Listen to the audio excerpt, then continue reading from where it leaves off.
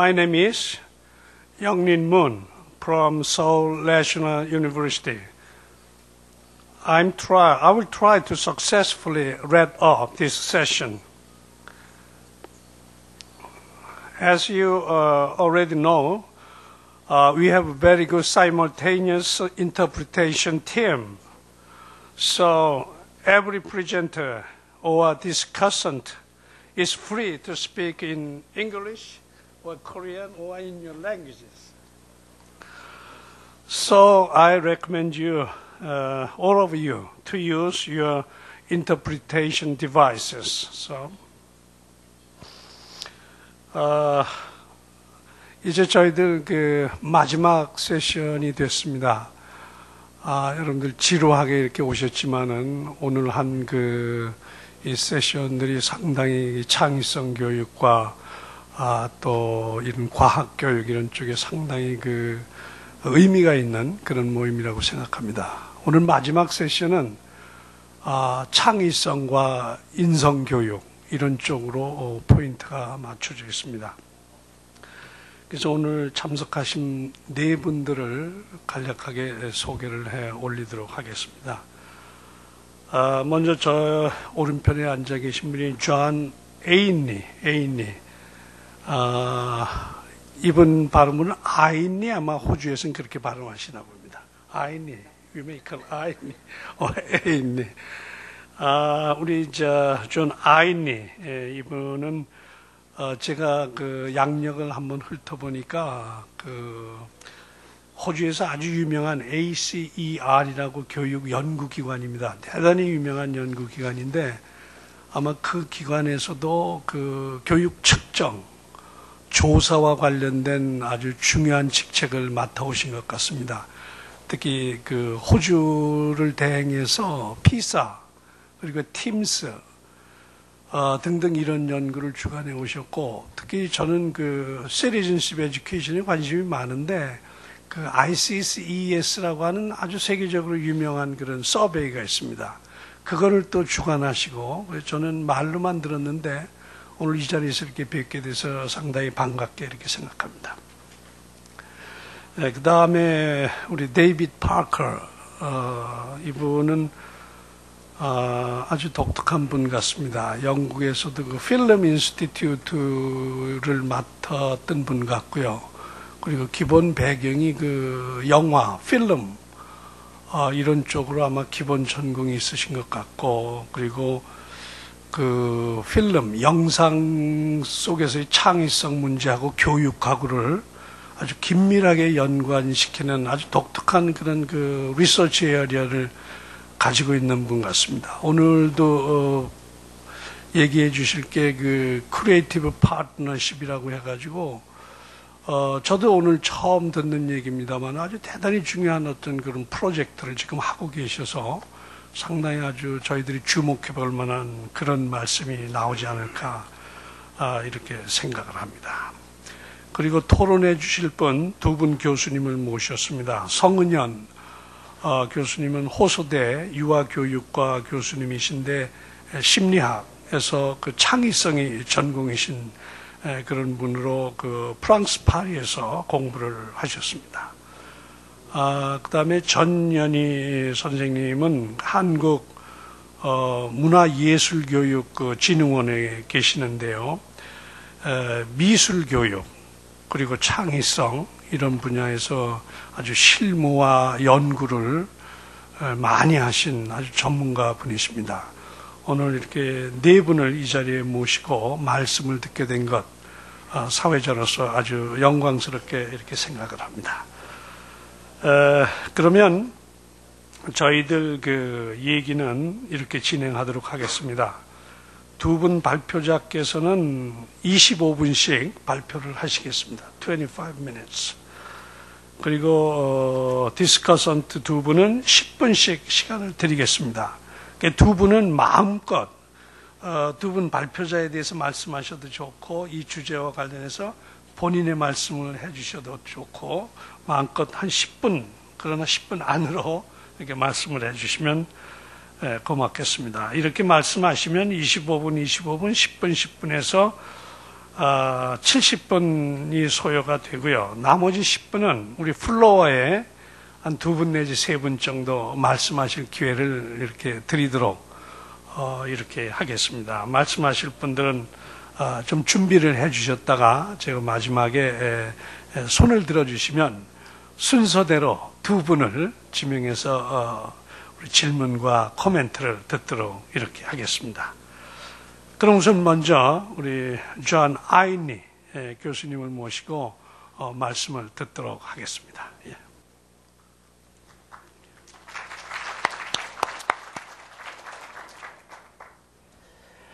Thank you, Professor Moon. Thank you, fellow panelists, and thank you, colleagues, for allowing me to share with you some thoughts on this topic, which I regard as really quite important. And I'd like to thank the organisers of the Global HR Forum for their foresight in organising the program to cover such a breadth of issues related to the development of human resources, and for seeing that breadth extend as far as educating for citizenship in the 21st century. I'm going to talk to you based on perspectives from an international study in which I was involved that was conducted in 38 countries. One of those countries was Korea, and I would like to acknowledge the contribution to our study, not just into Korea, but in our Asian module and international work generally, of the National Research Coordinator from Korea, Dr. Tae-jun Kim, who is from KEDI. Thank you, and thank you to your colleagues. Let me begin by talking a little bit about some of the foundations of democracy.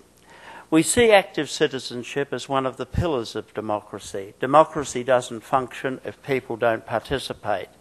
Social functioning relies to a great extent on the contributions of those citizens to the democratic process.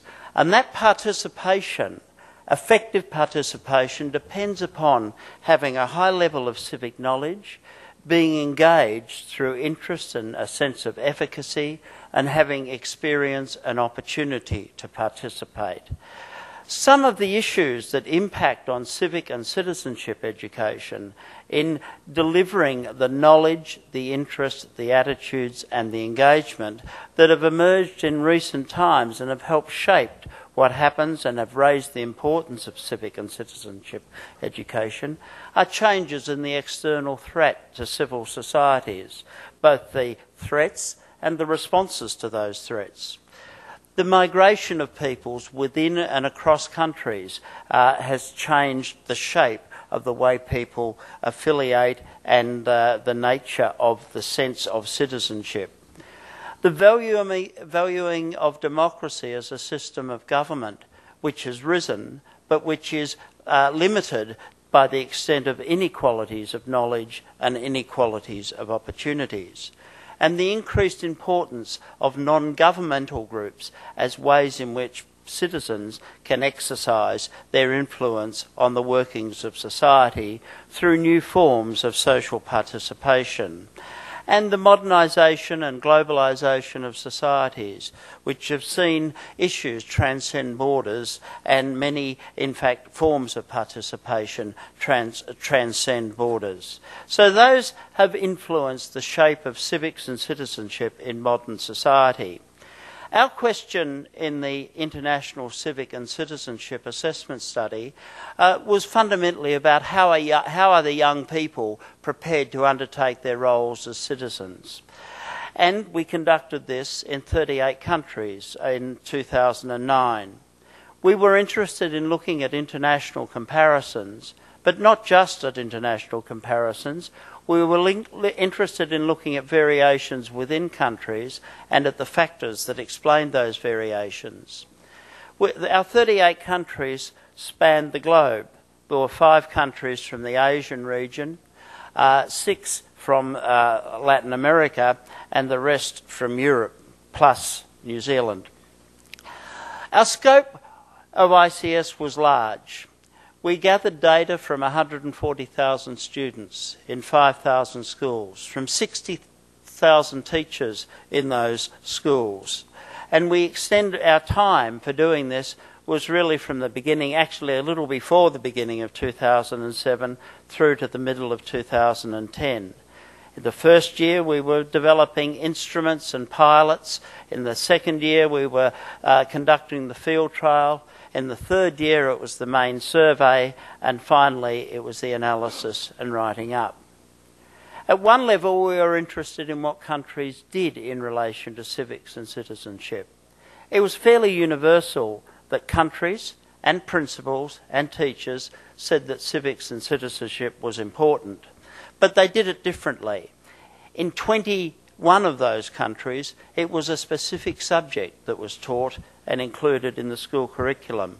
In the others, and overlapping with those 21, civics and citizenship was seen as being delivered by integrating relevant content into other subjects. Most students attended schools where there was provision for civic and citizenship and where different delivery approaches coexisted. The teachers and the school principals regarded knowledge and skills as the most important aim of civic and citizenship education. Knowledge of social, political and civic institution, skills and competencies in conflict resolution, knowledge of rights and responsibilities, development of critical independent thinking in relation to civics.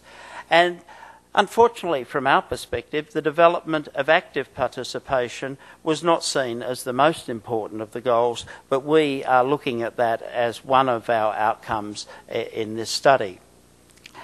We looked at civic and citizenship education as being concerned with two broad dimensions, each of them subdivided as you'll see.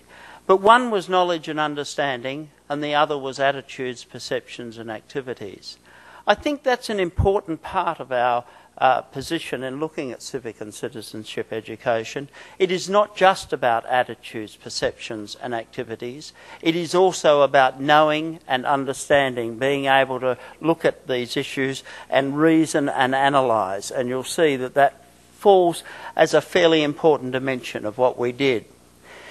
In developing our framework of what we should look at in civic and citizenship education, we consulted widely, not just the research literature and the previous studies in this area that have been conducted, but we consulted the national centres in each of our 38 countries and expert panels of people to shape what we called our assessment framework, which we published as our first exercise and which, if you like, to use a colloquial expression, nails our colours to the mast as what we were intending to look at. And that is downloadable from the IEA website. What we investigated were 4 content domains. We called them civic, society and systems, if you like, traditional civics, civic principles, and they're the big principles that underlie many debates about civics and citizenship.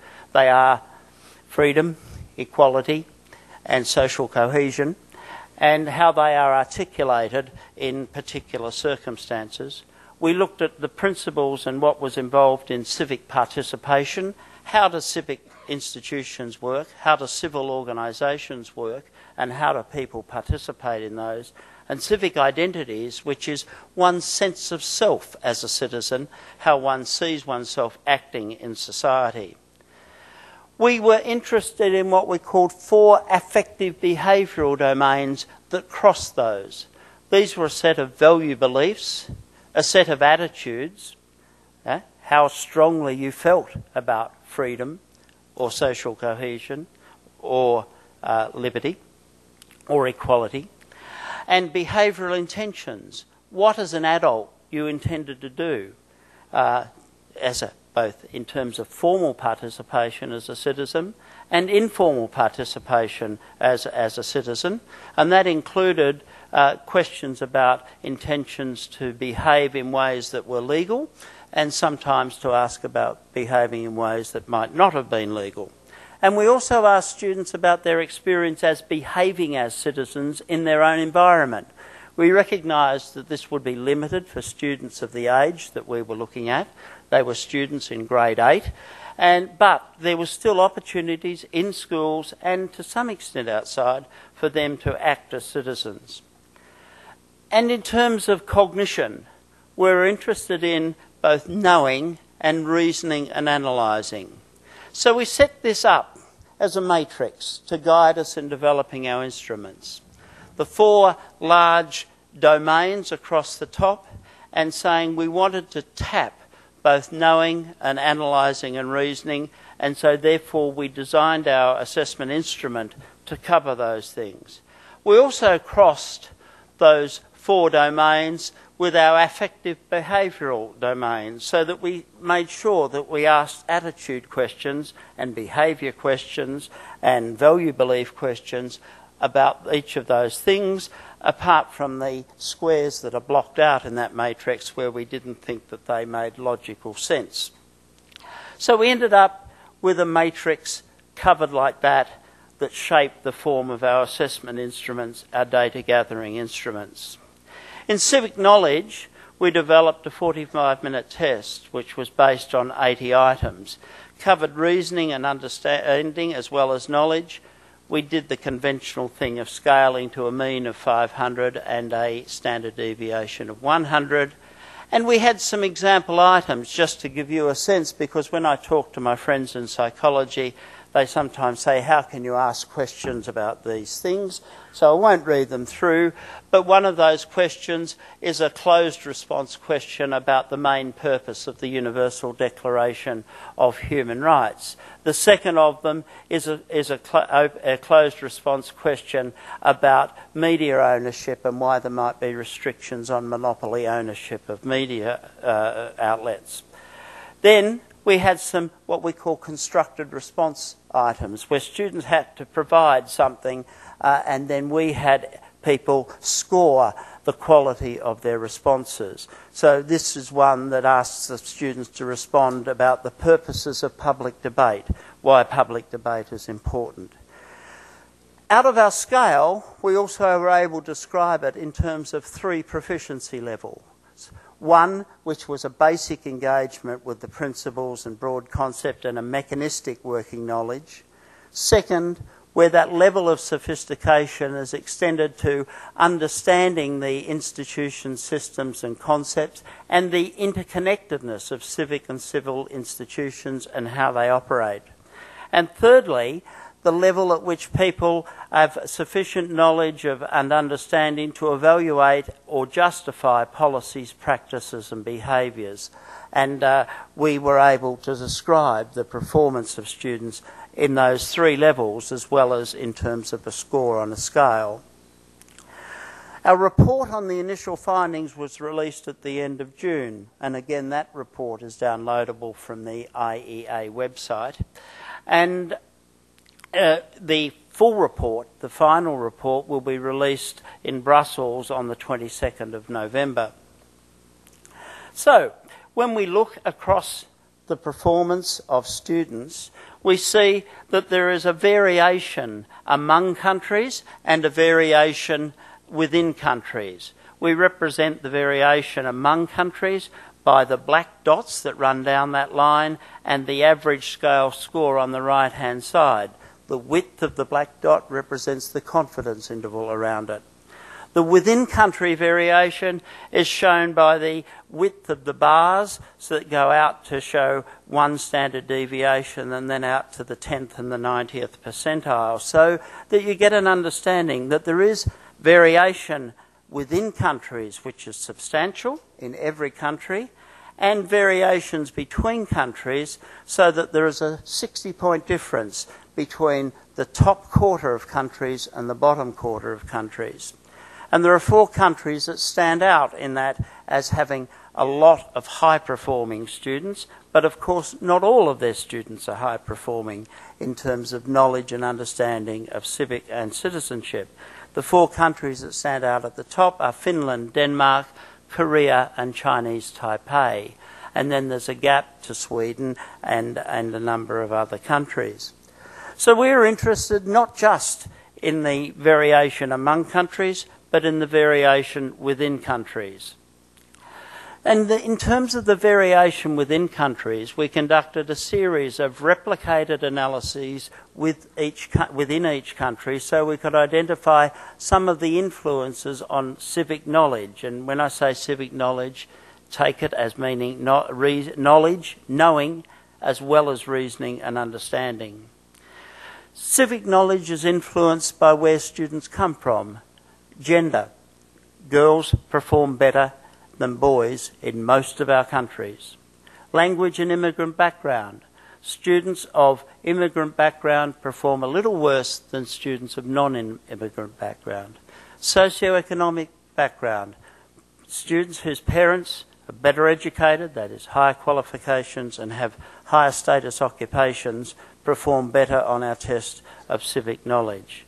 None of those things are particularly surprising, except that for gender in one sense, because there was a similar study conducted in 1999 at which time the performance of boys was better than that of girls. We've got a turnaround here. That may represent a real change that's taken place, or it could represent the fact that our test items are much more contextualised than were the previous lot. Students' civic knowledge is also influenced by what they are exposed to. Watching television news is important. Not watching television in general, but watching television news is associated with students' civic knowledge. And, very importantly, discussing politics with parents or political and social issues with parents. I was listening to one of the panel discussions yesterday in which the talk was the importance of parents and children discussing political and social issues and value statements around the dinner table. Our data is consistent with what was proposed in that panel discussion. And that is an effect that operates over and above the socio-economic background. That is coming out of a regression analysis which makes allowance for differences in socio-economic background. But civic knowledge is also influenced or associated with some of the things that happen at school. In particular, individual students' perceptions of the openness of classroom discussions, their experience of voting as a process in school procedure. Average school SES, well, we can leave that as something that's relatively unable to be influenced. And the school average of perceptions of openness in classrooms, though interestingly enough, that doesn't hold consistently across all countries. So much for our interest in civic knowledge. Interesting patterns, and even more interesting when one looks in detail at individual countries. I turn now to the question of expected participation as a citizen when students leave school and participate in adult life.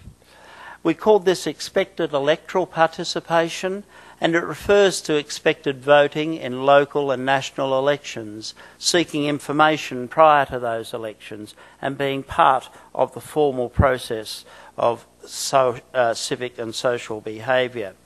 We also talk about expected active political participation, and this refers to going a step further, helping in a campaign or expecting to help in a campaign, join a political party or a trade union, stand as a local candidate in an election.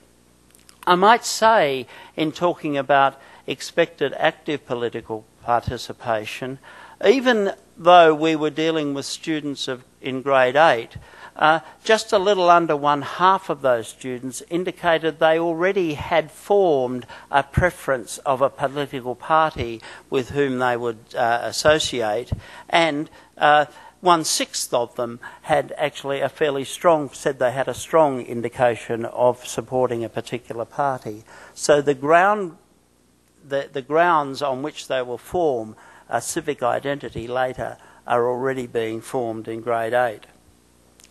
So we mapped expected electoral participation, and we find a lot of variation among countries. And we find that variation doesn't correspond to the variations in civic knowledge. There is something different going on in terms of what people expect to do in terms of their electoral participation. We also find that when we look at the results for expected electoral participation and compare them with voter turnouts at the last national elections, they correspond reasonably closely. So we think that it's measuring something reasonably validly there. And the influences on expected electoral participation are interesting when we look at that in terms of within-country patterns. That is, replicated analysis in each of our 38 countries. That parental interest in social and political issues was an important predictor, a more important predictor than socioeconomic status by itself, though of course the two are correlated. And experience of participation in the community was not particularly strongly associated, but where it was actually a negative association. So formal participation, expected formal participation in the electoral process operates differently from current community participation.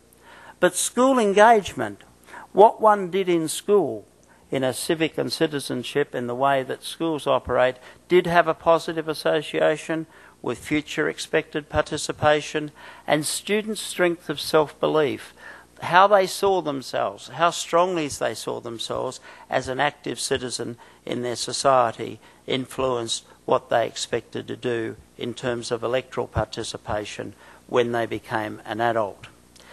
As did their attitudes towards civic institutions. We asked a number of questions about trust in civic institutions. Students who had a greater level of trust in civic institutions were more likely to intend to participate in the electoral process as adults. And civic knowledge. Those students who knew more about the principles, the domains of civics and citizenship that I sketched earlier, were also more likely to participate or to expect to participate in the electoral process. We then moved to look at expected active participation, political participation. And we did this, and we've shown here the difference, not just the overall mean, but the difference between males and females. And we show there that, again, there's a fair amount of variation among countries, not quite as much, and that there is also variation within countries. And we can therefore look at influences on expected active participation as citizens. There are some things that are consistently positive predictors. One of those is currently being a participant in community activities. Another is having a strong sense of self-belief, and another is having attitudes that are of trust in civic institutions. In this case, gender was a negative predictor. In other words, boys were more likely to see themselves becoming active participants in the political process than girls. And there were some things that were inconsistent predictors across countries. School engagement was not consistently associated with it, but in some countries it was. Socioeconomic background was not consistently associated with intended active participation, but in some countries it was. So having done all these things, can I come to 3 or so simple conclusions as take-home messages? The first of those is that we believe the study of planned behaviour informs our understanding of students' preparedness for active citizenship. We don't know whether our students who say they will be active in the electoral process or simply formal participants of it actually end up doing it. We would need a longitudinal study for that. But there is a theory of planned behaviour that actually says the best predictor of what people actually do is what they say they intend to do. So we think we can get some wisdom from that. The second is that engagement at school through the various processes within school, which includes openness of discussion and includes opportunity to participate in school processes, are a consistent predictor of expected electoral participation. That's the formal side of thing. And engagement in the community is the consistent predictor of expected active participation. That is, that's which provides the basis for going the step further to become an actively involved citizen. And civic knowledge is a positive predictor of intentions to vote. That is electoral participation, but a negative predictor of active forms of participation. And that latter part of that conclusion is one of the intriguing questions that one will follow through further and investigate further. We propose, even after our report is released on November the 22nd, to continue to probe these data, and we can actually say to people that you will have those of you who are interested will have the opportunity to do so also, because it's one of the IEA practices that the data files are released for researchers to use, and there's a very simple process of going through their website to do that. So thank you very much for the opportunity to speak with you. I have enjoyed the opportunity, and I do think this is an important issue for our schools, and it's an important issue for our society as to how young people are prepared to participate in their societies as citizens in the future. Thank you.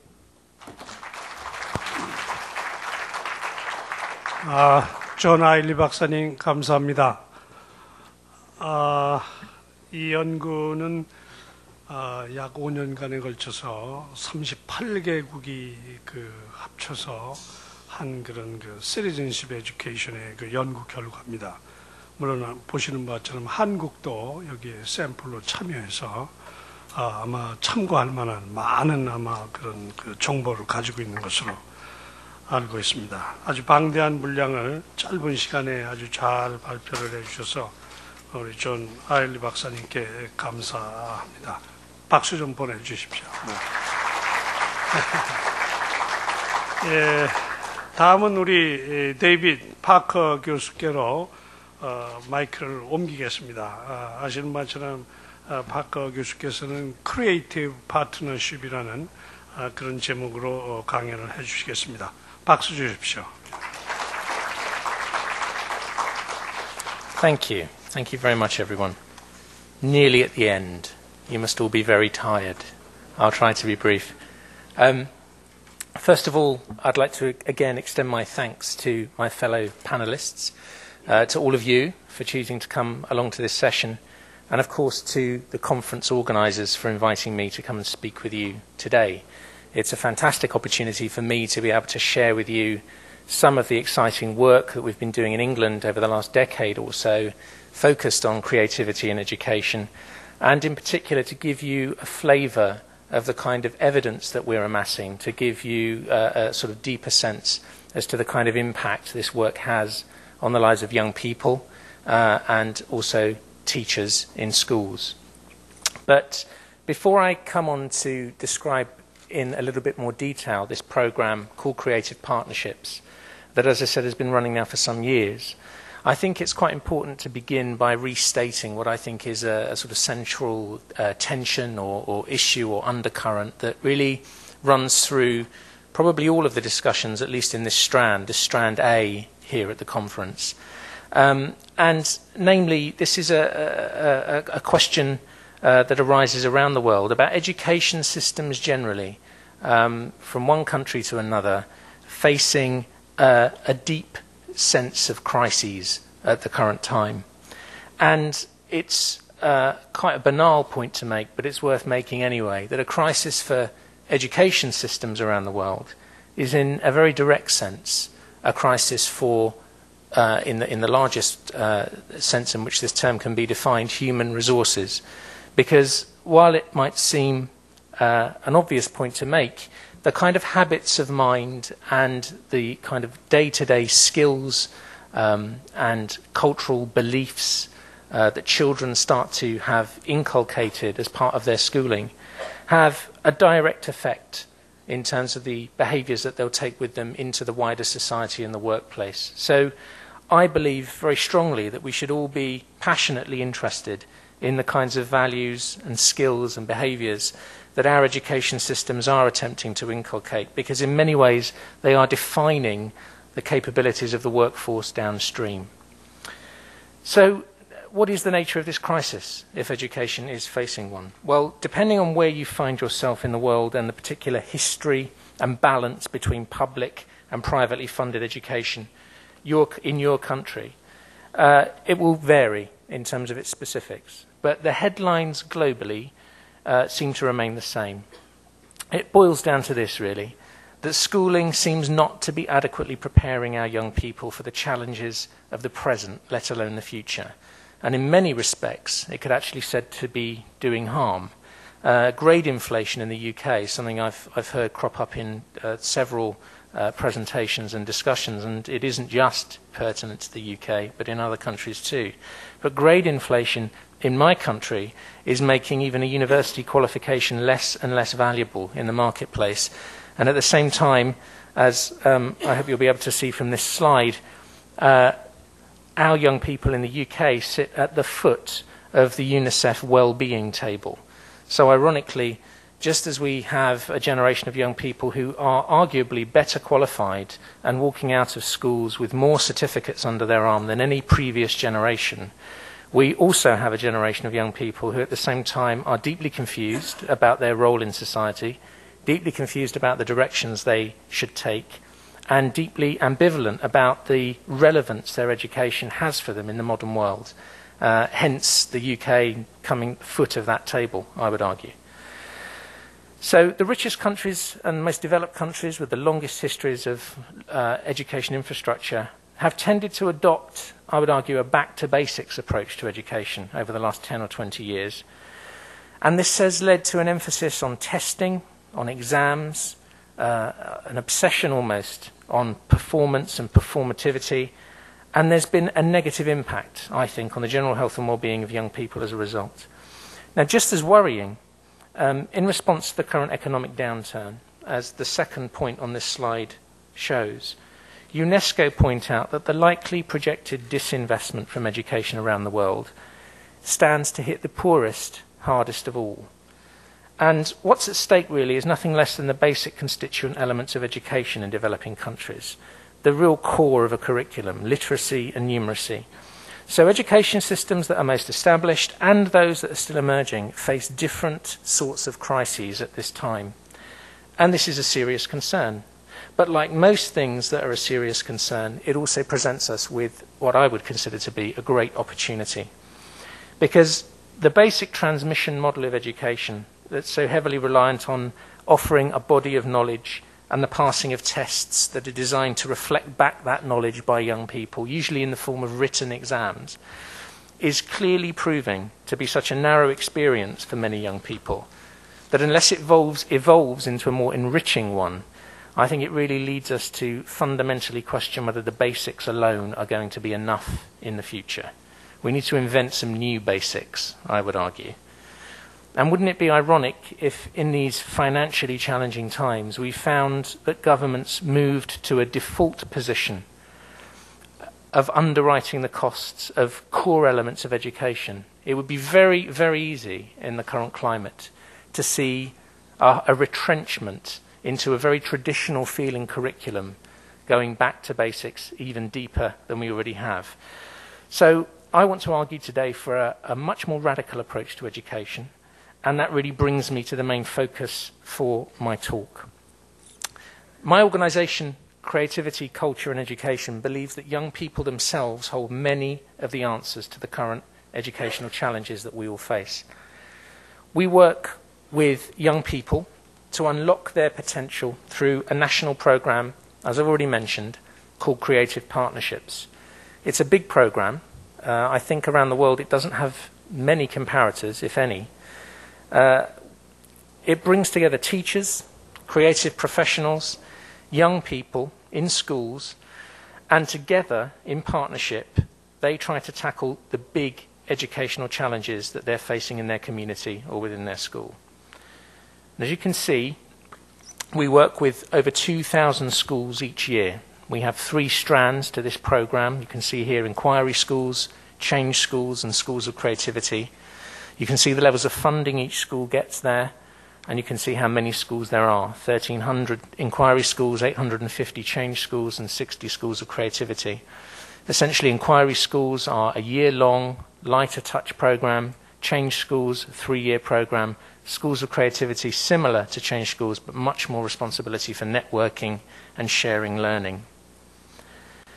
Now, all of those programs, although they're different and there's clearly a set of tiers implied by that, they're united, all of them, by bringing together creative professionals and teachers, as I've said, in a strong partnership. It's about building a bridge or brokering partnerships between the world of schools and teachers, curricula and exams, and the world of artists, creative people, scientists, architects, who bring a completely different way of thinking and a completely different way of looking at educational challenges than is normally the case. Now, another important aspect of the work that we do is that we stick around.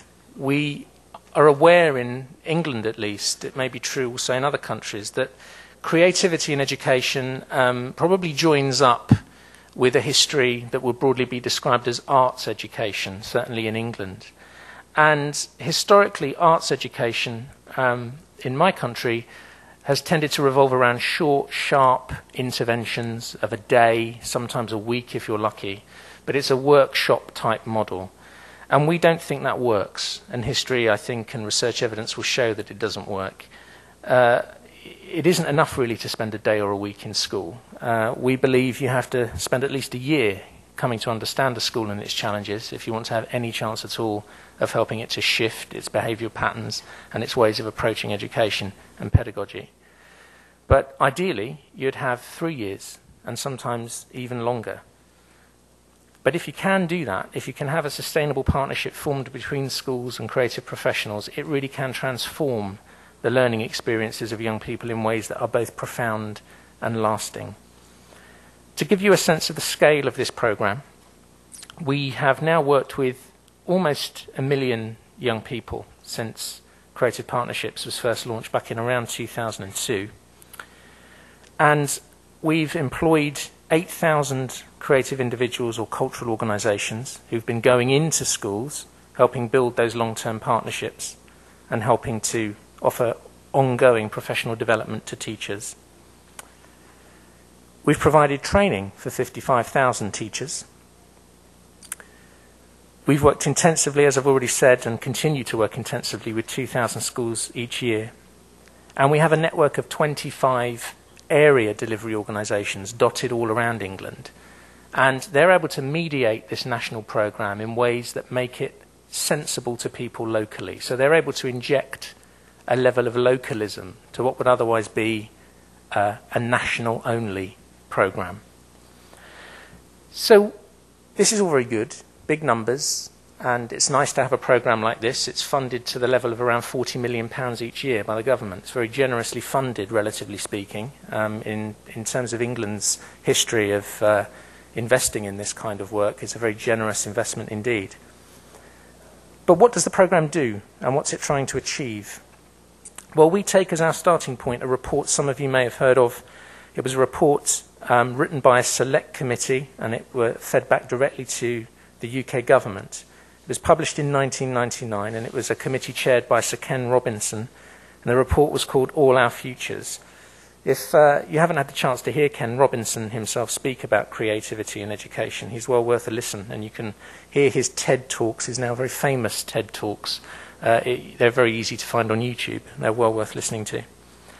Well, in his report in 1999, Ken Robinson established a set of challenges that he felt England needed to rise to if it wasn't going to lag behind seriously in the education stakes.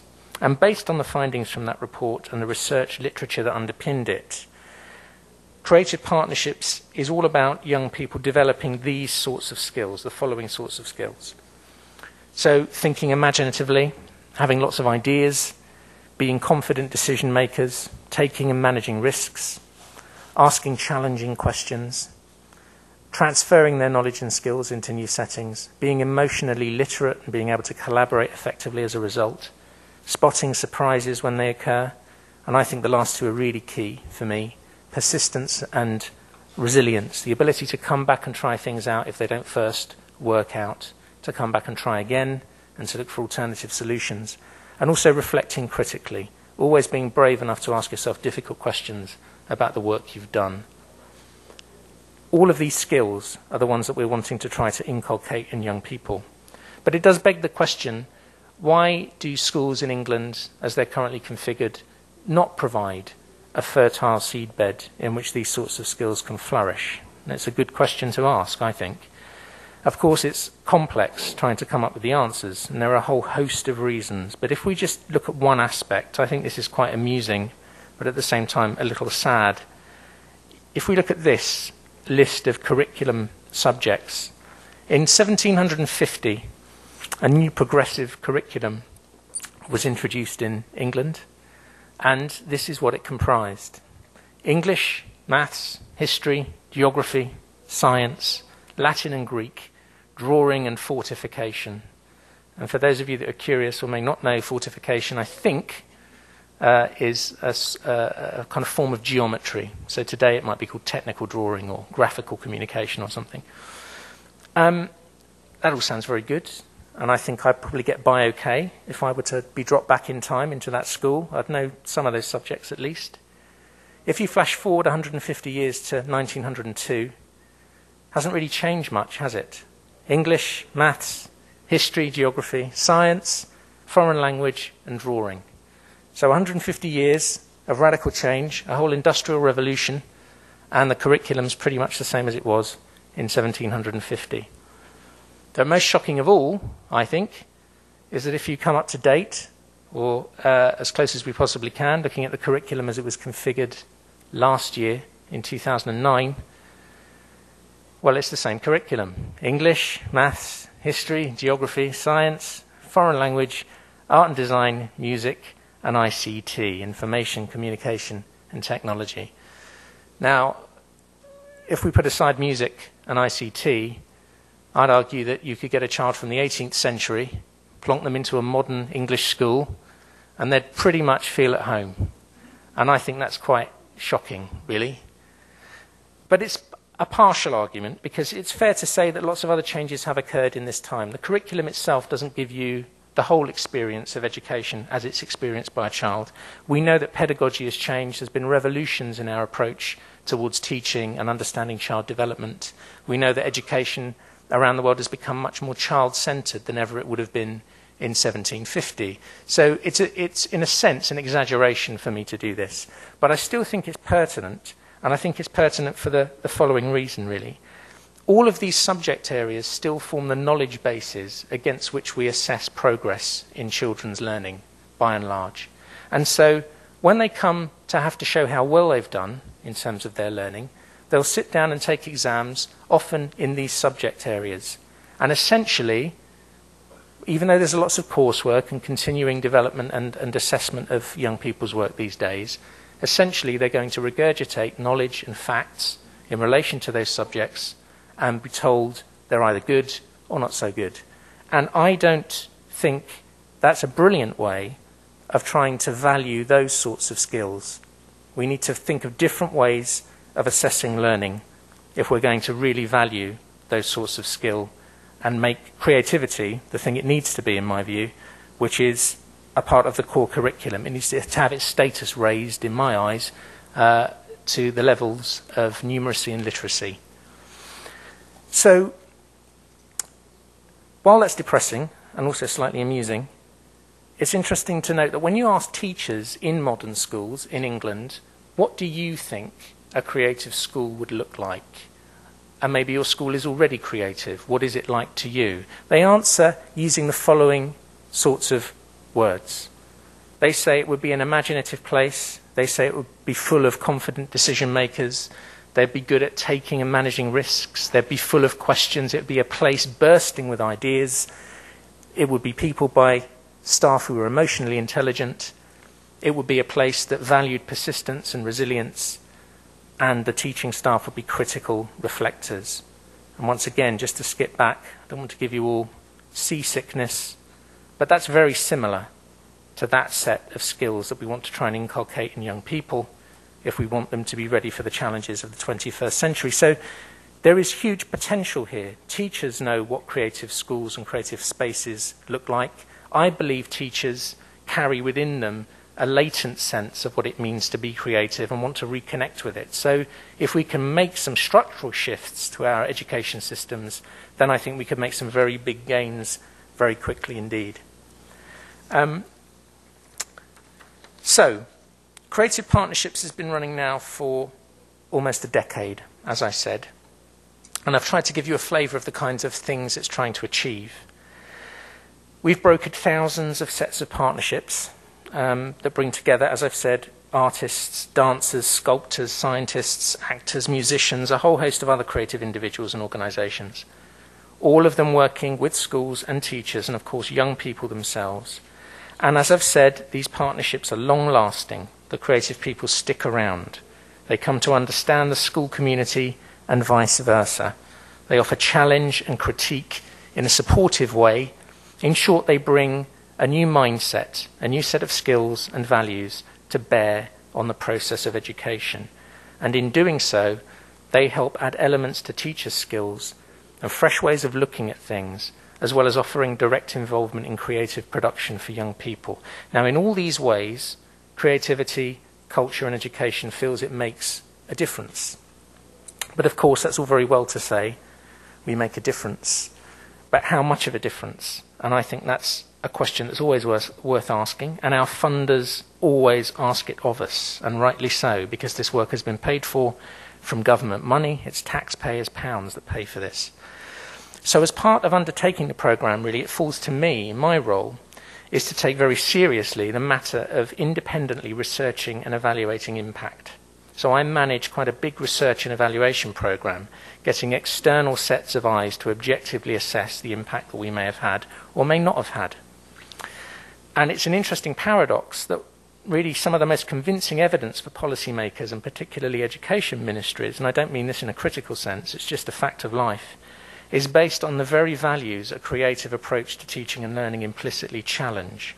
All those standard tests and measures I've already described, which miss many of the additional benefits I've also described, those are the kinds of evidence that most education ministries and policymakers want. So I've focused on trying to do research that shows really how creative approaches, and particularly partnership-based approaches with artists and other creative people, allow you to have it both ways. So you're able to develop the new skills and attributes so vital to the 21st century, ways of learning and working, but you still can boost your traditional exam results, attendance rates, and all other standard measures of effectiveness. So I commissioned the National Foundation for Educational Research, or NFER for short, to look at the impact we may have had on young people's attainment. Did they do better in their exams, essentially, having worked with partners, creative partners over a long period of time, the dancers, the musicians, and all the other people I've mentioned. Well, we found, interestingly, that the children from most disadvantaged homes benefited most. They outperformed the national averages at ages 14 and 16. And for those children who took their GCSE exams, which are the exams we take in England at age 16, there was a value added by the programme of 2.5 grades. And this was done by a tracking study. It involved, as you can see, 13,000 young people, and a methodology NFER used called multi-level modelling, which tried to iron out many of the other background factors that could have accounted for this impact. So we're pretty confident this is a robust finding. Now, for many young people, that 2.5 grades will make the difference between going to study A-levels or not. And A-levels are, of course, the passport in England to going on to study a degree. So this is quite crucial. It tips many more children over the threshold into being able to do further study. Also, by looking through national data sets that are updated by our own Department for Education, we have been able to show that there's a stronger effect and a larger benefit felt by those schools who've been in the programme longest.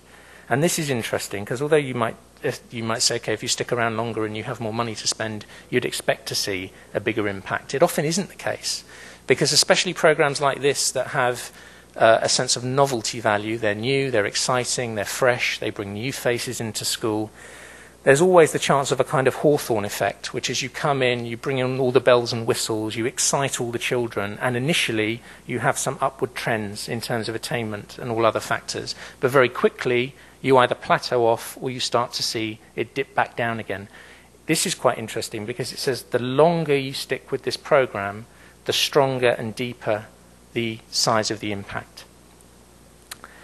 We also were interested in asking head teachers for their perceptions, principles, because they're a key constituency in developing a kind of appetite for educational change. So we surveyed them, 650 of them, and we had hugely, overwhelmingly positive results from them. 90% saying that in their perception, creative partnerships had improved, in their eyes, pupils' academic achievement. And we have in England, I'm sure you have your own versions in your own countries, an independent schools inspectorate. It's called the Office for Standards in Education. And they're the people who go into schools and assess schools to say, grade them, essentially whether they're outstanding, satisfactory, or sometimes in our country they're put into something called special measures, which means they're at risk of even being closed down at times if they're not performing well enough.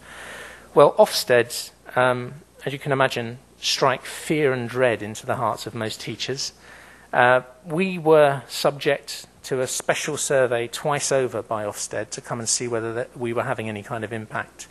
And it was very interesting, their findings. They say here there's no conflict between the national curriculum, national standards in core subjects, and creative approaches to learning. In fact, they go even further, and the type in boldface there is the key quote. These examples were accompanied by better than average achievement and standards or a marked upward trend, which is, again, corroborated by the NFER, or at least another aspect of these findings was corroborated by the NFER, because, again, the NFER found, or rather Ofsted found, as the NFER did in a separate study, that the pupils from the most disadvantaged backgrounds, the pupils who came from the poorest homes, made the most gains.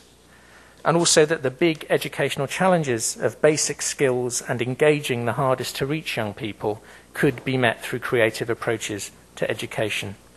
But of course the benefits of the programme aren't just directed at young people. We understand that teachers and their professional development ultimately holds the key to long-term system change. So when we looked at the impact we'd had on them, again, it was a broadly positive picture that emerged. Ofsted endorsed the fact that we'd provided good, strong professional development for teachers. And to return to children and pupils for a second, pupil behaviour, we found that we'd engage parents effectively, which of course is a good precursor to a positive disposition towards school in young people.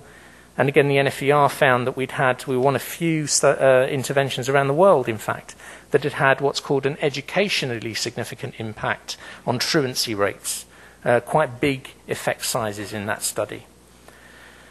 Finally, Ofsted, just skipping forward to make up some time, they found that we were developing in pupils some attributes of creative people. So increased evidence of an ability to improvise, take risks, show resilience and collaborate with others.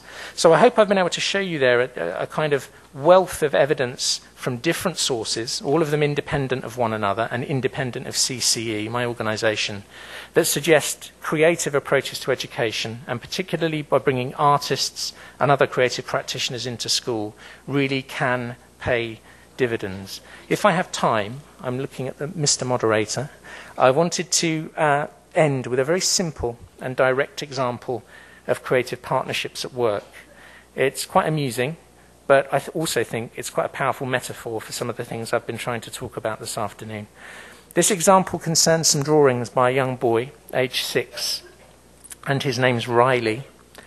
And Riley worked with an artist called Roy Smith, And what Roy wanted to do was to try to get children to understand that the oft-cited phrase you hear from children, I'm sure you hear this also in your own lives, whether you're parents or whether you've been at school yourselves, children often say, "I can't draw."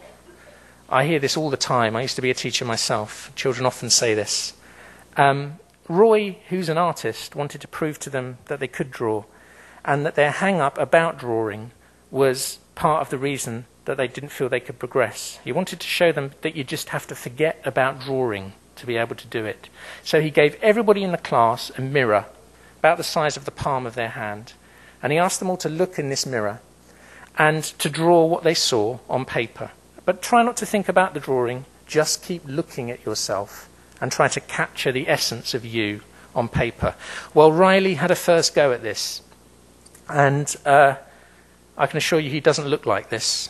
There isn't a boy walking around in a school in England who looks like a pumpkin, I can assure you. But actually, for a 6-year-old, this is a pretty standard effort, I can tell you, and it has all the constituent elements of a face. He's tried to get the eyes, the nose, the mouth, the roundness of the head, plenty of teeth. He's clearly a happy child, and he brushes his teeth every day. This is a very good thing. We think that's good. But clearly it isn't a portrait. That could be a depiction of anybody's face, anybody's head. And this class was about making young people confident portrait artists. So Roy Smith, the artist, did something, I think, different from what many teachers would do. The teachers may, I would argue, have gone in at this point and said, now let's just think about holding your pencil differently. Let's think about making marks on the page slightly differently. And it would have become a lesson in drawing and technical drawing. What Roy said is, he said, think even less about drawing and think more about seeing. Just keep looking at the mirror and eventually it will come. Well, next week, Riley had another go. And you can see there's a bit of an improvement here. He's got a neck and he's got some ears. This is good. But again, it isn't really a portrait. It's essentially a slightly better attempt at drawing a human head on a neck. So again, Roy Smith, the artist, said, you're still thinking too much about drawing and you're not thinking enough about what you're seeing. So just forget about the drawing and keep concentrating on what you can see. And then Riley had a go, a third and final go the following week. And I think that's quite an astonishing drawing for somebody aged 6. Obviously, we're not all primary school teachers and we can't all be impressed by the same things, but I can tell you from my own experience in school, over a period of 3 weeks, for a child to have gone from drawing that as a depiction of themselves to drawing that is quite something. Now, what's exciting about that for me isn't that Riley became a good drawer at all, and not that he became a good artist. I see this as really a metaphor for the creative process and creative learning writ large, because creative learning appears to give you one thing, but is actually giving you another, or sometimes both. The drawing skills here were a means of evidencing something bigger and arguably much more important.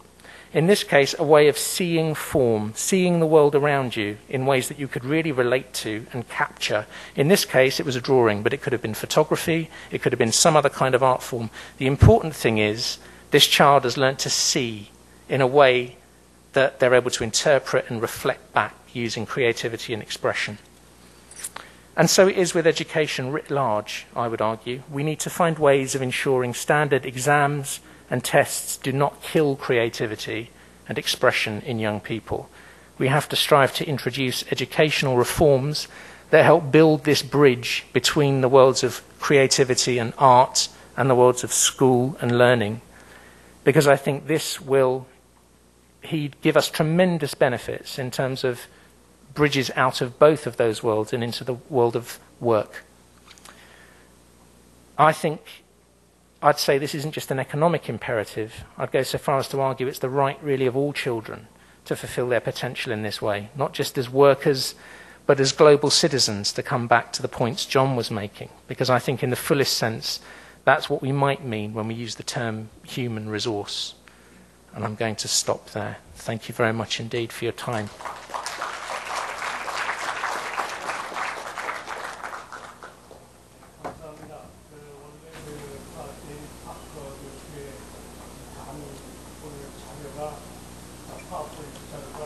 거의 한 80여 개 되는 거를 제가 봐서 상당히 우려를 하고, 그래서 아까 그걸 25분 동안에 하겠냐 이렇게 말씀드렸더니 해보겠다 이렇게 말씀하셨는데, 뭐 잘 해주신 것 같습니다. 지난 10년 동안의 크리에이티브 파트너십의 그 수행 결과를 상당히 자세하게 어떤 성과가 있었는지를 저희들한테 보여주려고 무척 노력을 하신 것 같습니다. 창의성이 이제 개인의 문제가 아니라 창의성은 곧 사회의 문제다. 그런 시각하에서 창의성은 개인을 개발해야 되는 문제가 아니라 사회를 변화시켜야 되는 문제다. 뭐 이런 화두와 이런 식의 얘기가 요즘 창의성 분야에서 많이 돌고 있는데, 아마 이 크리에이티브 파트너십은 바로 그것의 가장 중요한 프론티어를 오늘 보여준 게 아닌가 이렇게 생각을 합니다.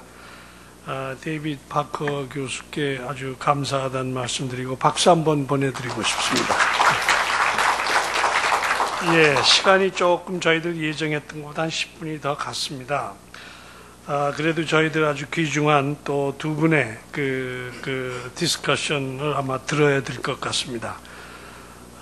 성 교수님하고 정연희 선생님께서 조금 줄여서 이렇게 말씀을 해주시면 고맙겠습니다. 예, 앉아서 하셔도 좋고 여기서 하셔도 좋고 편리하신 대로 하세요. 마이크가 좋으니까 그건 눌러주시고요. 예, 자리에 서겠습니다. 두 분 발표 잘 들었습니다. 두 분 발표를 통해서 창의성과 인성, 즉 민주사회에서의 시민의식이 세계적으로 관심을 두고 있고, 그리고 앞으로 미래 지구사회가 창의 인성을 화두로 시작하겠구나 하는 생각을 했습니다. 자, 두 분의 발표 내용을 이제 한국 사회에 적용하는 측면에서, 그리고 특히 창의성 교육에 저는 초점을 맞추고 싶습니다. 그래서 창의성 교육에 있어서 한국의 창의성 교육에 적용하는 방향, 그리고 그 전에 지금 한국의 창의성 교육의 현실은 어떤 것인지 한번 살펴보고자 합니다. 제가 한 3, 4년 전에 2006년에 어떤 연구를 하나 진행한 바가 있습니다. 그때 대학생들한테 한국 사람들의 또는 한국적인 창의성이 무엇이라냐 하는 질문을 해봤었습니다. 그랬더니 많은 대학생들이 대답하기를 전통하고 현대를 결합시키는 어떤 융합적 사고, 이것을 해내는 게 한국적인 창의성이다. 또는 아주 끈질긴 저력, 그 끈기, 인내 가지고 노력하는 것이 한국적 창의성을 만들어내는 힘이다. 그리고 또 옛날 전통, 그리고 동양적인 거, 서양적인 거, 이런 것들을 잘 결합하는 융합적인 사고를 하는 것이다. 뭐 이렇게 얘기를 했습니다. 이런 내용들은 어쩌면 일반적인 창의성에 대한 이야기일 것입니다. 근데 저는 그때 하나 놀란 것이 있습니다. 저는 한국적 창의성이 뭐냐고 질문을 했는데 대학생들이 억압 이야기를 했습니다. 그래서 이 억압이 도대체 무엇이냐 했더니 창의성을 억압하고 있는 사회적인 분위기, 이것을 얘기한 것입니다. 그래서 교육 환경에서 특히 입시 위주의 교육이라든지 암기식 교육, 뭐 이런 거, 수직적인 교육, 이런 것들이 당신네들의 창의성을 너무 많이 억압했다라는 응답을 하였습니다. 그래서 이러한 응답은 대학생들이 그동안 초등학교, 중학교, 고등학교를 경험하면서 우리나라의 교육과 사회제도를 창의성 발현에 부정적인 그런 모습으로 지각하고 있구나 하는 것을 알 수 있었습니다. 똑같은 연구에서 다음에 우리나라 사회에서 창의성을 저해하는 요인은 무엇이라고 생각합니까? 라는 질문을 했었습니다. 그때도 역시 26%의 응답이 교육 제도의 문제를 들고 있었습니다. 예를 들어서 획일화된 교육, 주입식 교육, 개성을 경시하는 교육, 그리고 체험학습이 부족하고 다양성과 자율성이 부족하다. 뭐 이런 내용입니다. 이런 부분에 대해서는 여러분들이 공감하실 것입니다.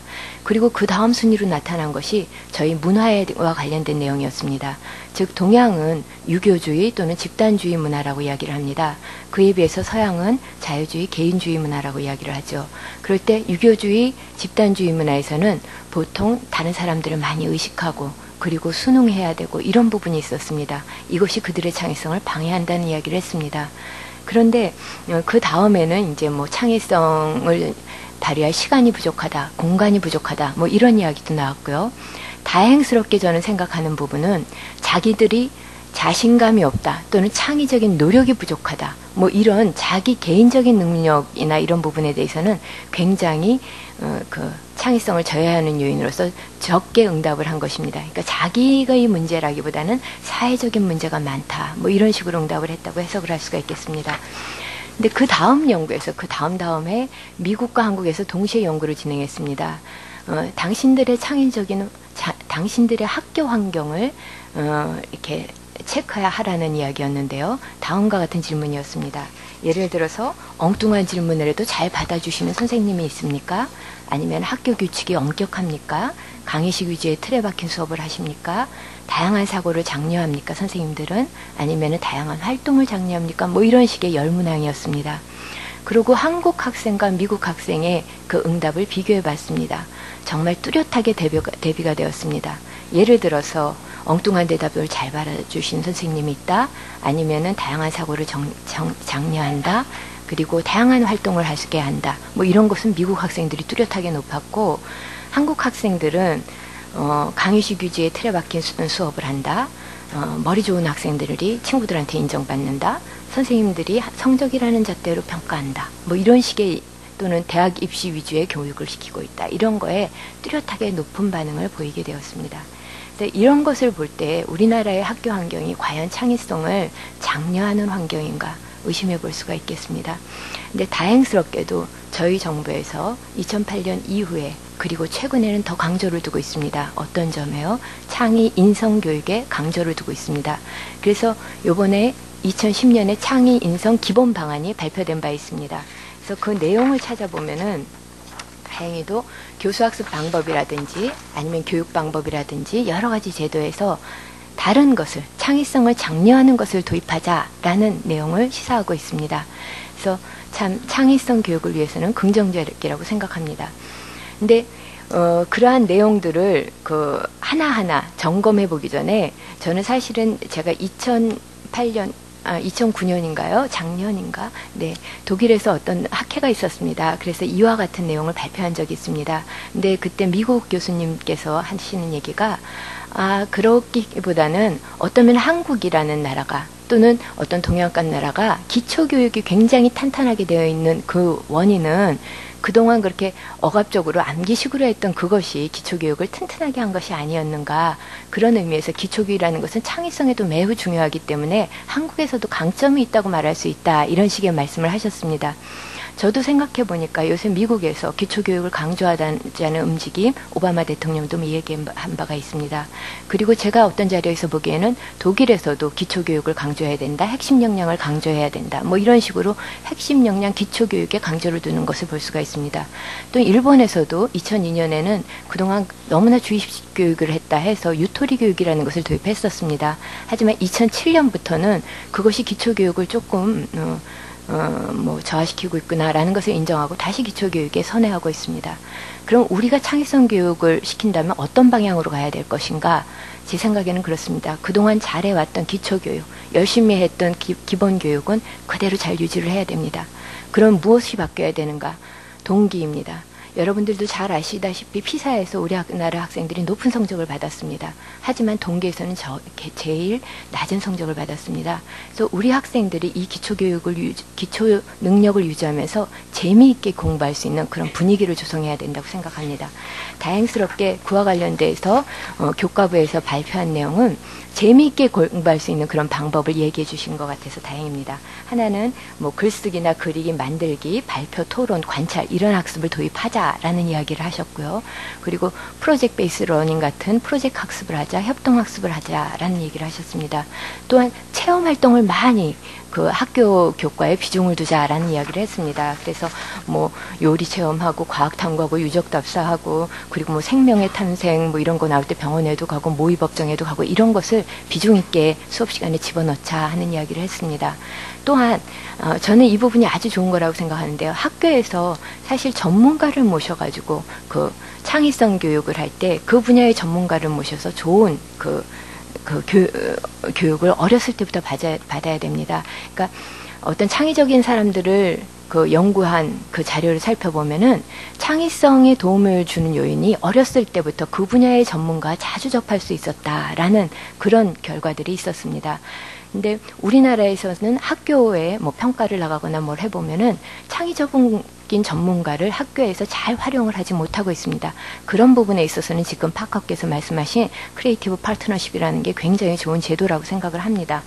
그리고 우리나라에서는 그러면 어떻게 전문가들과 연결을 할 것인가 이 부분을 고민한 결과 다행히도 과학창의재단에서 창의체험 자원지도 크리에이티브 리소스 맵이라는 것을 만들고 있는 중입니다. 그래서 내년에 개통하겠다고 합니다. 그래서 웹사이트에서 어느 지역에 어떤 프로그램이 있고 어떤 인적 자원이 있는지를 공개하려고 합니다. 그래서 이건 굉장히 다행스러운 이야기인 것 같고요.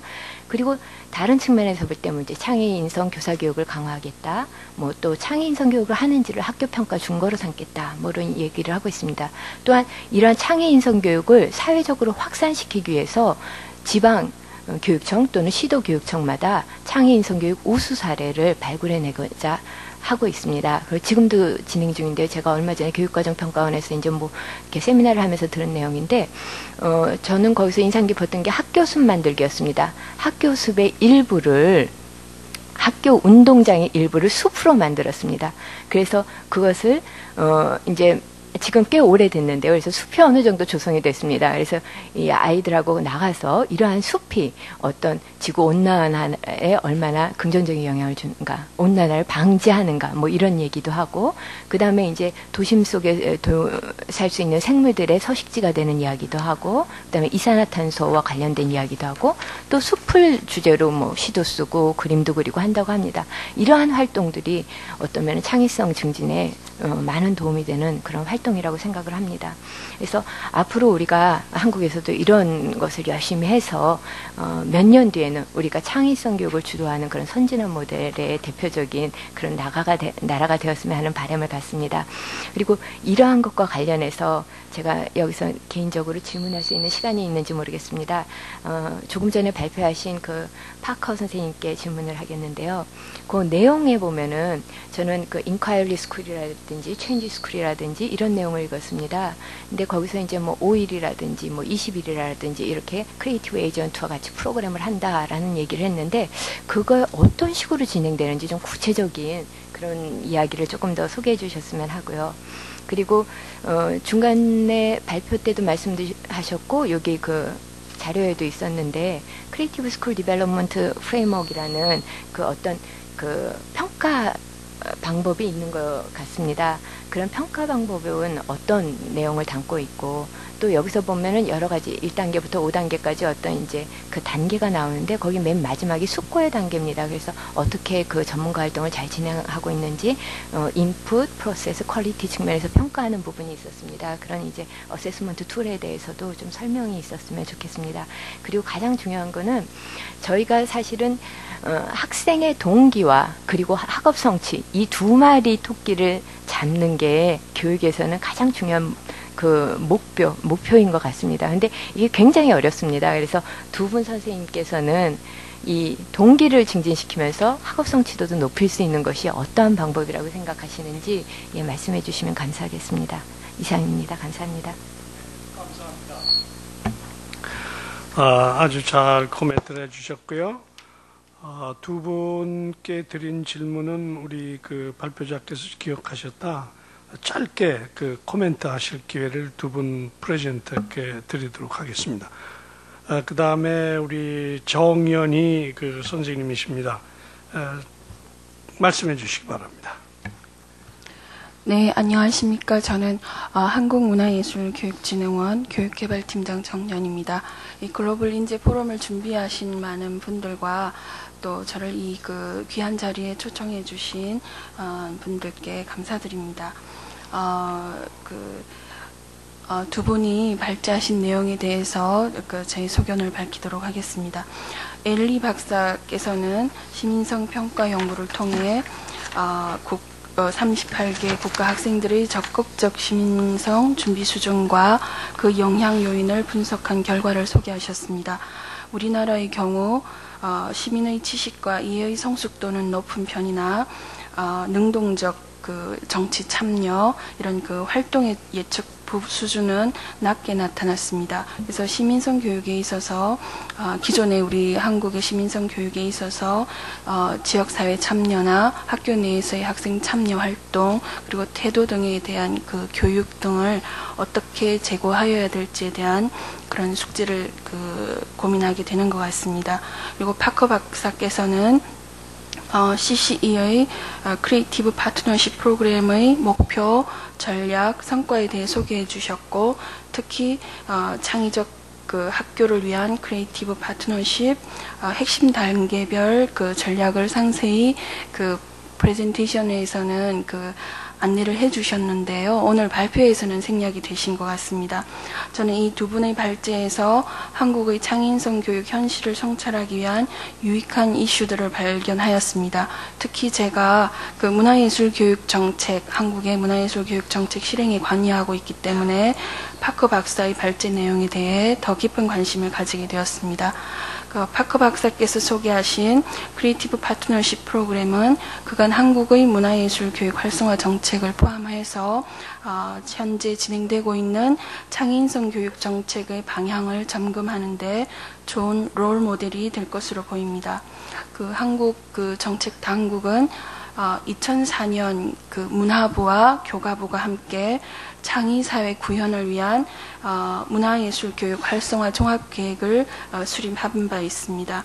이 종합계획에 근거해서 학교는 물론 지역사회의 문화예술 교육 활성화를 위해 노력해 왔습니다.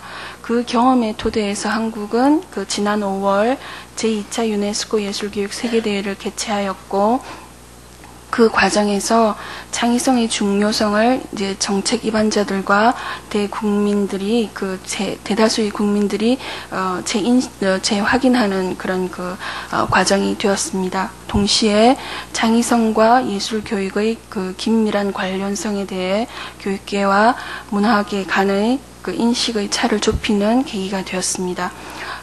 구체적인 성과로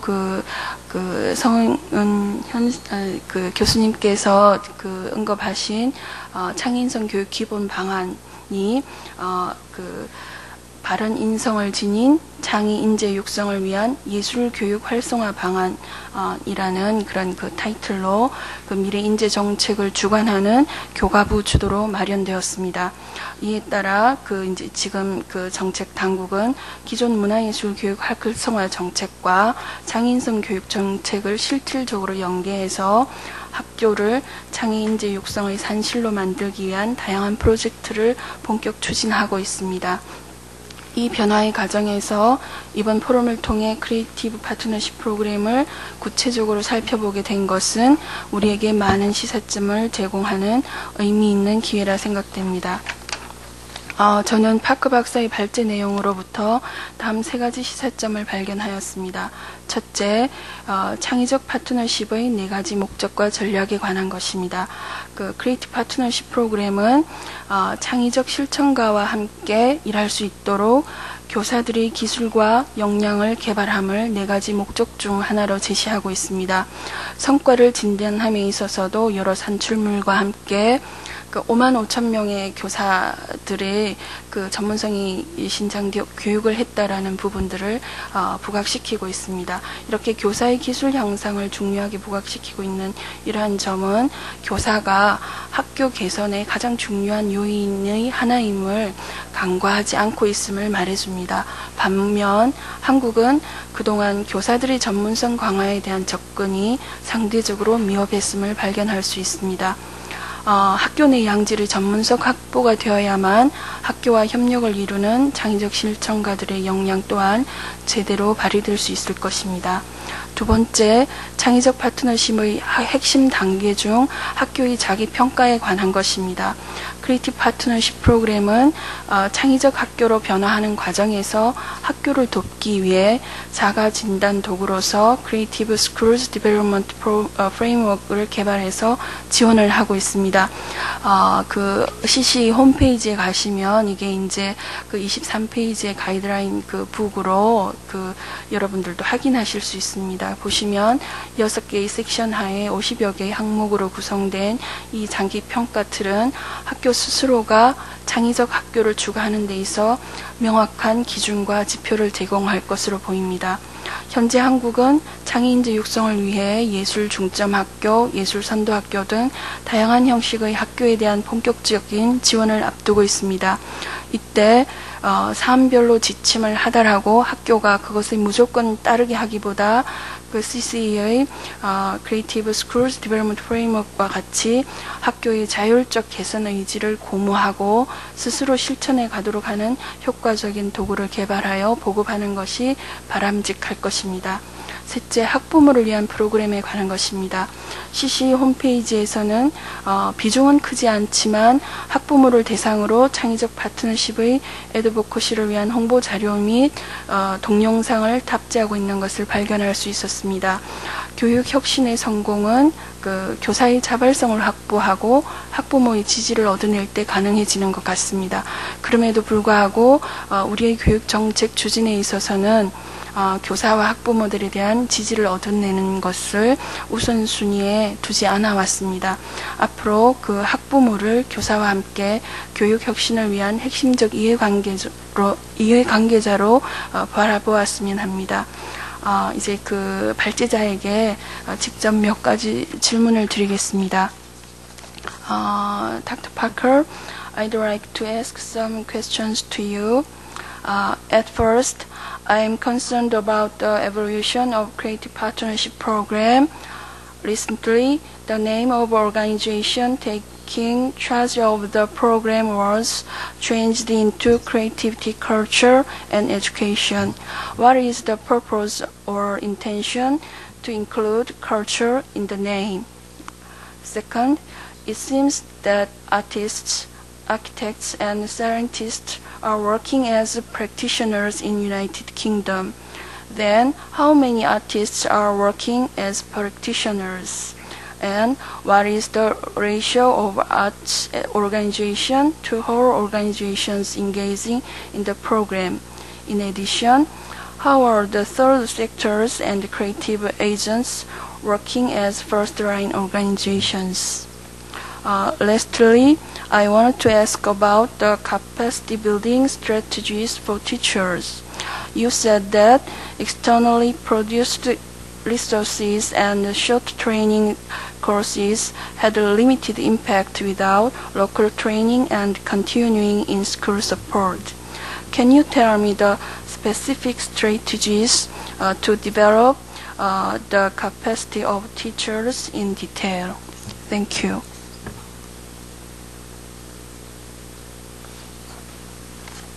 예, 감사합니다. 너무 진지하게 말씀하신 게 제 시간이 지났는데도 얘기를 끊을 수가 없네요. 우선 플로어에서 말이죠. 한 분 내지 두 분 정도만 질문을 듣고 마지막으로 그 프레젠터 선생님한테 코멘트를 듣도록 이렇게 하겠습니다. 우선 질문이 있으시면 손 한번 들어보세요. 두 분이신데 두 분 간략하게 질문의 포인트만 좀 얘기를 해주세요. 먼저 말씀하세요. Yes, thank you. My name is David Suh from Hanyang University. And my question is, the title of the session included character. So I would like to hear some comments about how each of the presenters' topics about civic education and creativity connects to the character education. And then I also wanted to hear some opinions about how, especially with David Parker's presentation about how the creativity education can be applied at the college level. Thank you. 예, 고맙습니다.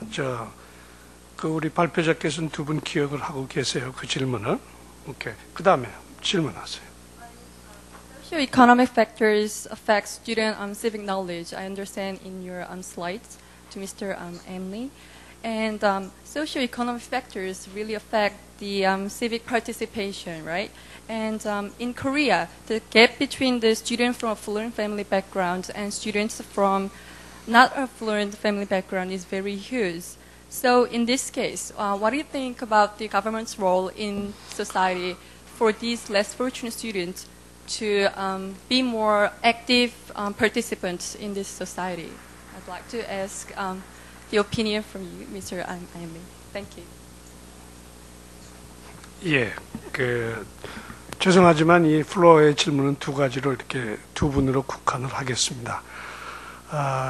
Last comment. So the representative 두 분께서는 지금 질문하신 것과 모든 것을 종합해서 5분 동안에 발표를 해주시면 고맙겠습니다. In 5 minutes, I will give you 5 minutes to talk about on all the comments. Okay, please, John White. Thank you. They are big questions that are asked. Let me first begin with an observation from our study of civic and citizenship education across countries. One of the things that was uniformly apparent to us from the principal and teacher responses was how difficult it was for them to have ideas through which school students could link to community activities and the school could promote that. I was actually sitting listening to David's presentation and thinking how that model provides a way in which those things can happen in a way that is productive and provides a framework. So thanks for that. I think it's a benefit that comes out of that sort of mode of operation that's not sufficiently often recognised. Secondly, there was a question that was asked about the lack of relationship or the apparent contradiction in the relationship between levels of civic knowledge at a national level and levels of expected electoral participation or active participation, or had I shown the results, interest in political and social issues. I think the interesting and intriguing thing about this is that the apparent discrepancies exist when one compares at the national level, and they are less discrepant when one looks at the within-country patterns. Why is this so? I think it's partly related to the framework within which people approach these questions, which in part reflects the nature of the school system that they're experiencing, how strong the pressure to succeed through an exam system, and so forth is. But I think that's one of the things that in this area and in a lot of other areas needs further research. The relationship, the attitude achievement dilemma, we sometimes call it when we're talking about PISA results. So it's the same one. The final one was the socio-economic discrepancies, or the social gradient, as we call it. It's actually a matter of personal conviction as to what one says about that, and I don't want to comment particularly on Korea, but I can comment in general that I think it's an obligation of governments to reduce the steepness of the social gradient so that a wider range of students have the opportunity to develop the knowledge and skills that allows them to participate fully in the society in which they live.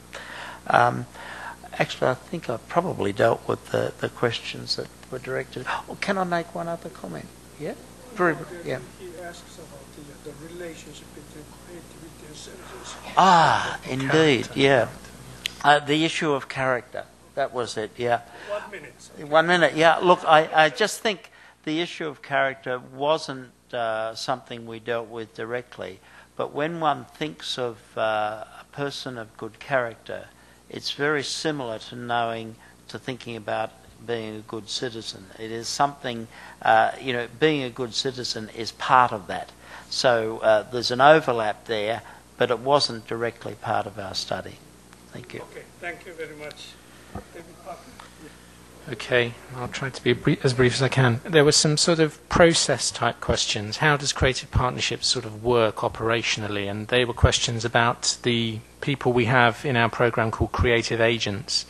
I think I'll just say briefly, you can find out more on our website. It's very easy to find descriptions of all the roles of the people that are involved. But creative agents in particular are key. They're people who tend to come from a creative background. They're probably artists or other sorts of creative people. But there are sort of cadre of new workers that have been created by the Creative Partnerships Programme who've become very adept at managing these tricky, sometimes very tricky initial partnerships between cultural and creative organisations and schools, because we find that at the beginning, at the outset, there can be many, many bumps in the road in establishing this relationship. The creative agent is a kind of honest broker, a sort of middle person who tries to navigate the understandings and needs of both the cultural sector and the education sector so that they can get the most from one another. That's the quickest way I can describe it, really. There was another question about the Creative School Development Framework. Obviously, there's an interest in how we measure, capture information, and that sort of thing. We have devised a framework that our schools use when they first enter the programme. In fact, it's something that they do before they enter the programme, so as to convince themselves the programme is right for them. Because changing your habits, if you're any kind of organisation, is sometimes a painful thing, particularly painful if you're a school. And as John's already implied, the kind of pressures from external scrutiny, from your inspectors, from the expectations around exams, from the expectations of parents. So if you're going to make a decision to try and change the way you do things, you have to be really sure you're up for it. And the Creative School Development Framework allows schools to quite forensically, really, and in a fine-grained detail, assess their current capabilities and capacities to deliver a creative offer in their schools, and to isolate the bits that they need most support on at the outset so that we can tailor the right kind of programme intervention for every school on an individual basis. So that's what that framework's about, and you would be able to find it online if you go to our website. The shorthand for it is CSDF, Creative School Development Framework. There's a question about how to best motivate students, because clearly I picked up from some of the comments there after the talk that motivation seems to be a key issue amongst Korean students. And I think, in a sense, the answer was also in some of the comments that arose, really, which is to say, if the education offer is student-centred rather than system or state-centred, then you immediately start from a kind of start line or a beginning point that the student or pupil or young person recognises, acknowledges and values. So creative partnerships motivate students but also motivates teachers and motivates principals and head teachers by saying, where are you at, what's your starting point, and how can we meet you on the same start line?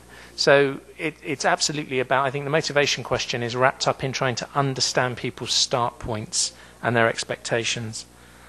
There are a number of other questions. There was a question particularly about why CCE included the word culture in its new title.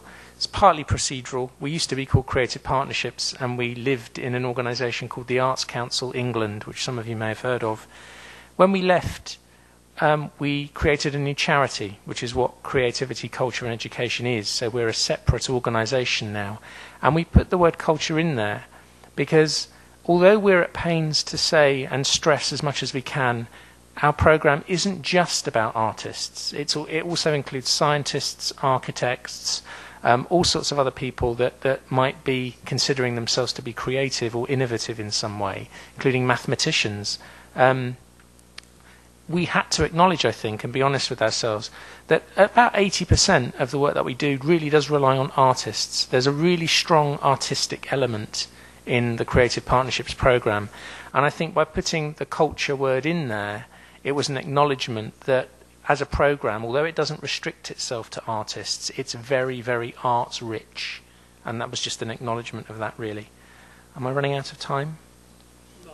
Okay. The question about training and professional development, our inspection department, Office for Standards in Education, did point out that externally produced materials and short-term bits of support for teachers were not particularly effective. They were using that as an example because that tends to be the usual diet of professional development offered to teachers about an hour or two after the school day is finished, Very rarely anything much more than that. Sometimes you get one whole day at the end of a term where you might just have a training day. Well, creative partnerships, particularly through the creative agents, offers an ongoing mechanism for support. So the creative agent is a person who will be present in the school quite a lot and be able to create a kind of human face and a rich relationship with teachers. So whenever a teacher feels they need some advice or support about the Creative Partnerships program or anything about creative learning, it's embodied in a person, in the creative agent. It isn't in a folder, and it isn't in a workshop, and it isn't in a course. They can go and speak to somebody. Now, of course, the challenge with that in the financially straitened times we live in is that people cost money.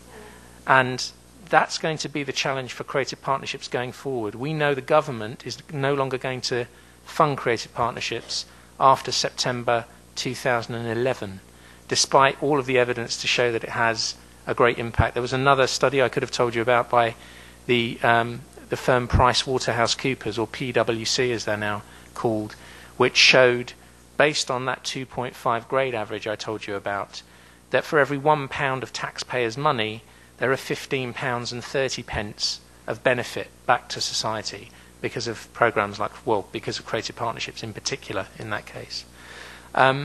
So that is a challenge. It's a people-heavy program, and it cost money. We think we made a case to say some things are worth paying for, but then, of course, we had a huge financial downturn, and nobody wants to hear that at the moment. 감사합니다. 시간이 너무 많이 지나갔습니다. 마지막으로 그 사회자가 한 말씀 드리면, 교육학적인 관점에서 볼 때 창의성 교육도 그렇게 아주 타이트한 솔리드한 영역이라고 보기 어렵고요. 또 이 시티즌십 에듀케이션도 아주 그렇게 솔리드한 그런 그 리서치 에어리어는 아닙니다. 오늘 이제 창의성 얘기를 했고, 인성교육, 시민교육 얘기를 했습니다. 사실 이 두 가지를 합쳐야 된다. 즉 인성을 겸비한 창의적 연구자가 되고 창의성 있는 사람이 된다 하는 것은 사실 학문적 관심이라기보다는 정책적 관심입니다. 대한민국의 창의성만 가지고도 안 되고 이게 인성이 겸비된 그런 사람이라야 된다 하는 것은 지금 교육의 목표로 제시가 되니까 하나의 정책적 관심이 됩니다. 이 두 가지가 어떻게 연결되는지는 사실 오늘 얘기하기에는 너무 짧은 시간이고, 우리 전문가들이 다 한 분은 창의성 전문가, 한 분은 인성교육 전문가라고 보면 이 두 개가 여기에서 같이 어떻게 연결되는지를 얘기하기에는 좀 그 자리가 좀 이렇게 또 먼 자리 같습니다. 그러나 오늘 말씀하시는 두 분의 얘기를 들으면서 창의성과 뭔가 이 인성교육, 시티즌십 에듀케이션이 연결될 수 있는 고리가 있을 수 있겠다 하는 생각을 하고, 이것은 여기 참석하신 여러분들 머릿속에 중요한 하나의 그 화두로 이렇게 남겨졌으면 좋겠다 하는 그런 생각을 갖습니다. 이 사회가 이게 사회를 잘못 봐가지고 시간을 너무 많이 어기게 된 점 여러분께 죄송하게 생각하고 우리 프레젠터 여러분께도 미안하게 생각합니다. 감사합니다. 이상 마치겠습니다.